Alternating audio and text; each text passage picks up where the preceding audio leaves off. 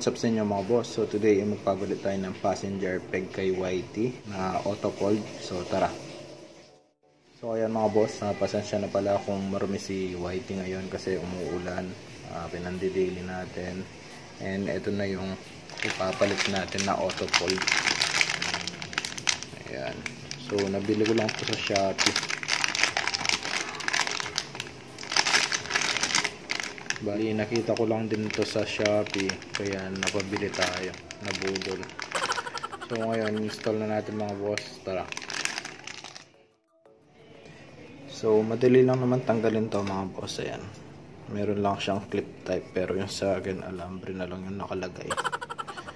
Palitin na talaga to, kasi pangit na yung, ayan. So tatanggalin lang natin itong alambre, tapos itong shafting niya dito yung push rod.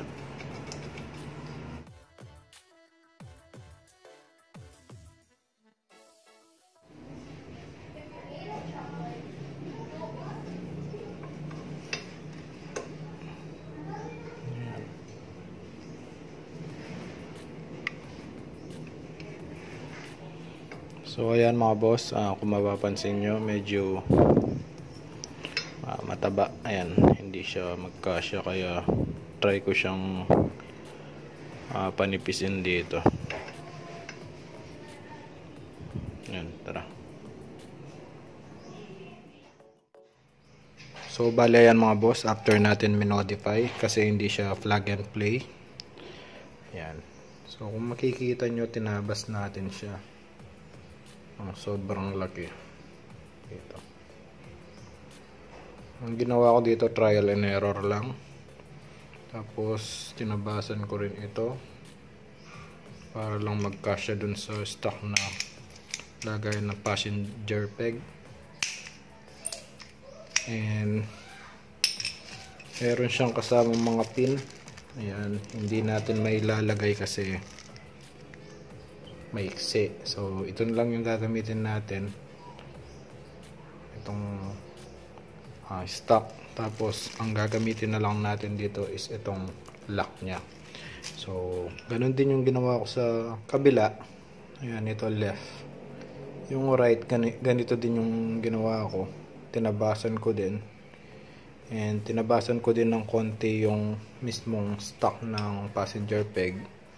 So ngayon, install na natin. Ta-timelapse ko na lang mga boss. Tara.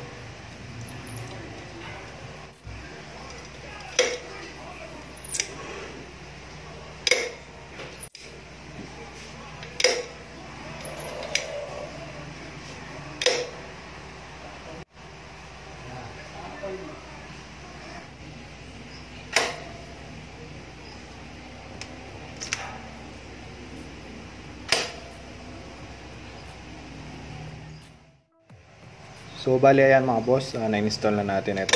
Ayan. So again, hindi siya plug and play. Meron tayong mga modification na gagawin kagaya ng pagtabas. So hindi ko na pinakita, pero alam nyo naman kung saan yung tatabasan. Magiging trial and error para sa inyo to mga boss. And yun lang, hanggang dito na lang yung pag-install natin nitong auto fold na footrest. And kung meron kayong mga suggestion about sa DIY tutorial dito sa motor natin na Suzuki Smash, comment down below mga boss. Check natin lahat yan. So ayun, like, comment, share and subscribe mga boss. Always ride safe.